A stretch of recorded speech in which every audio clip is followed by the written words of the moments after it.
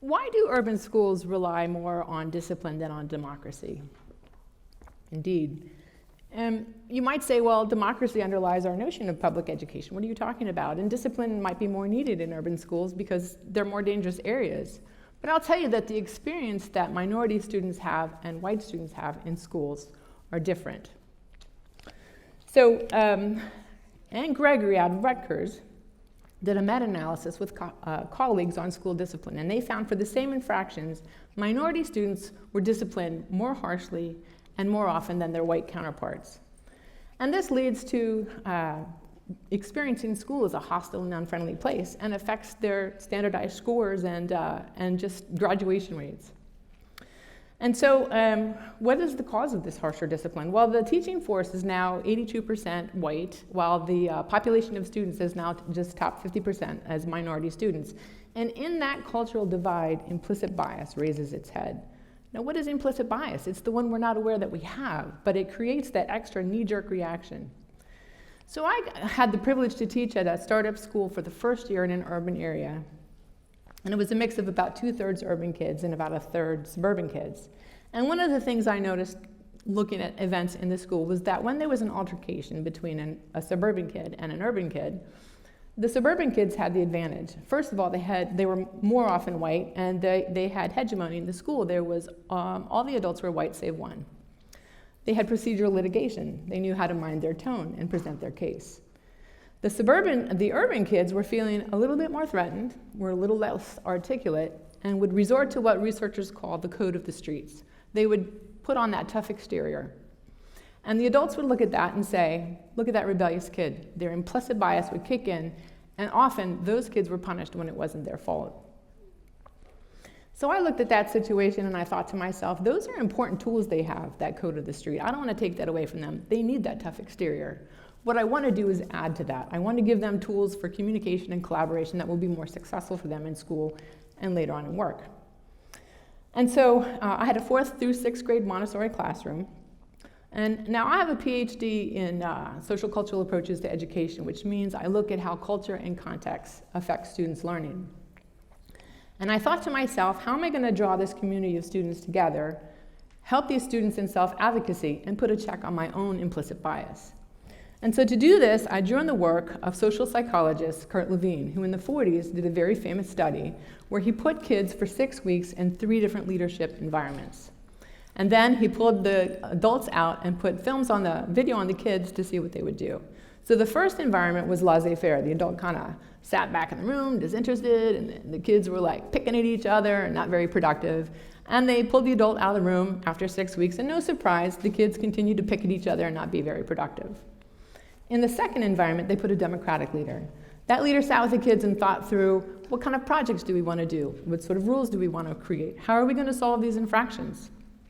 And the kids were respectful and they were productive. And 6 weeks later, when they took that adult out of the room, the kids continued to be respectful and productive. In the third environment, Levine put in an authoritarian model. He micromanaged the kids' work, he told them what the rules would be, and he settled every infraction his way. And the kids were respectful and productive until they pulled him out of the room. And then the kids stopped being productive and became hostile and aggressive towards each other. Now, Levine looked at that situation and he said, you know, this is a vicious cycle. That authoritarian leadership style creates that suppressed hostility and aggression. And then when you remove it and it comes out, the thing you think these kids need is more discipline. Let's put harsher discipline on them, right? And so it was a vicious cycle. But what Levine didn't talk about is how do you move kids, like my urban kids, from authoritarian environments to a more democratic one? And so I thought to myself, the way kids are going to feel an intrinsic need for order is if they experience disorder. So I spent the first 2 weeks of school with a classroom of elementary school kids with no rules. This is not for the faint of heart. So I walked around taking notes what was happening. And after 2 weeks, I said to the kids, you know, let's meet. Let me read to you what I see happening. Is this how you want to live with each other for the rest of the year? And they said, no, would you please give us rules? And I said, no, I'm not going to do that. You've had enough of that. You're going to create the rules, and we're going to talk about them every day in democratic participatory classroom meetings during lunch. And so, interestingly, the urban kids were the fastest ones to grab onto this. They understood that they were being given a safe place to voice their concerns and needs. So it was a meaningful activity for the kids because they saw that out of the chaos came order. One student even went home and played with her stuffed animals and used democratic practices to have emerging civilization. Another thing that was interesting is that we didn't actually lose discipline in our classroom. We were still a disciplined classroom, but now the basis of discipline had broadened, and it was between me and everybody. As one student said, the ones that are rough and tough, it kind of works in this class because our class depends so much on the democratic process that people got called out on their bad behavior. So the kids became responsible to each other. Now, after this, the kids came to me and they said, if we get to make decisions on discipline, if this is really a democratic classroom, we get to make other decisions too, right? And I was like, okay, yeah. But here's the thing. I am not one to think that democratic classrooms are a free-for-all and they're going to run school and society. What I think is that the classroom is a nested place within several levels of democratic institutions, and each of those have their protocols and means to go about and create change. So I said, what we're going to do is look at the school rule book and see where we have degrees of freedom to make decisions. And they're like, yes, let's look for loopholes. So the first 3 decisions that they made was to eat candy, play computer games, and throw out homework. But let me tell you why these were good decisions. First of all, they were already eating candy. They were just sneaking it. And so now they could say, I don't like it when I find gum under the desk and papers on the floor and y'all are slobby, stop doing that. And they started to monitor each other and realize how their behaviors were affecting other people. In terms of the gaming, actually what they said was, we don't have any coding in our curriculum and we want to learn how to code. And I was like, well, that's great, but I have no clue how to code. So 2 4th graders who are experts offered their time. Now, the thing about coding is the kids have to play other games. They see some part they like, and then they adopt that code into their own game, right? But as a non-coder, I couldn't have told you if a kid was just playing or actually coding. And of course, some kids started to abuse that. So the 4th graders actually called a meeting and said, listen, we only have 2 computers in the classroom. We're here to learn, not to be entertained. If you want to just play games, go home and do that. So if you get on the computer and we catch you just playing games, you're going to be off for a week, and Miss Kathy's going to be our bouncer.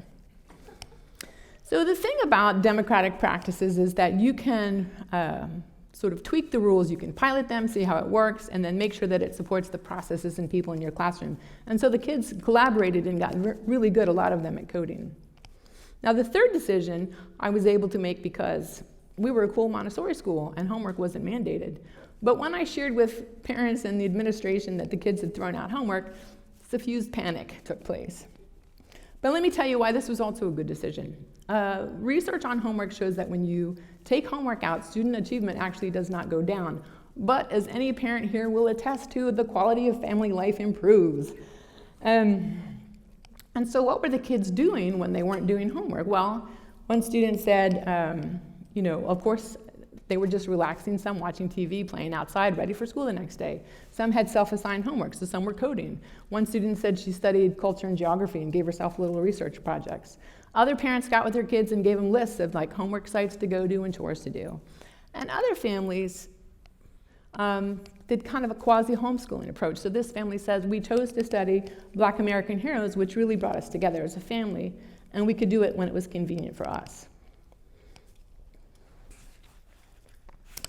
So let me tell you what I observed change in my children over the course of this year. One of the things that I saw was that their critical thinking skills developed. And what was surprising to me was not only were they talking about these decisions and making arguments with each other and deciding how to do things and whatnot in the class, but they were talking about it outside of class. And it was deepening their friendship. Another thing I saw was that their self-determination increased. One student really surprised me when he said, the kids deciding and making rules helps me take more ownership for my own learning. And another, this is a 4th grader, saw from the chaos to the order to the discipline that the community became one that supported each other in their learning. And then finally, I noted that these effects are lasting. I recently interviewed one of my former urban kids, And she said that the democratic meetings help her to present her arguments in a formal way, to be collaborative. The critical thinking has transferred to her writing, and her friends still call upon her for mediation and her skills in that. So why are these skills important for our urban kids? Well, you know, the economy has changed. We have a new economy. We need self-initiated projects, innovation, a lot of what we've heard here today, collaboration, communication.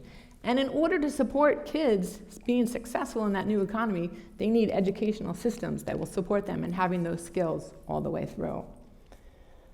But let me caution you that many times democratic practices are instituted in an idealistic fashion without this awareness that a cultural transformation has to take place and that it begins in a chaotic way. I've been in a lot of K through graduate school democratic experiences. But I will tell you that the students who come through socialize the newer students into it. So that chaos is only initial in any classroom or school setting. But because of that, policymakers need to be aware, and administrators, that they should start with small populations of students, start a small school, start in a small classroom, and build that culture over time. Hannah Arendt said that, a famous political philosopher from the 1950s, she said that action is political. So in order to give kids meaningful actions that will really develop skills in them for life, we need to give them a little political power. We need democratic classroom practices because they put a check on implicit bias, help with kids with self-advocacy, and help with their develop their 21st century skills. Thanks very much.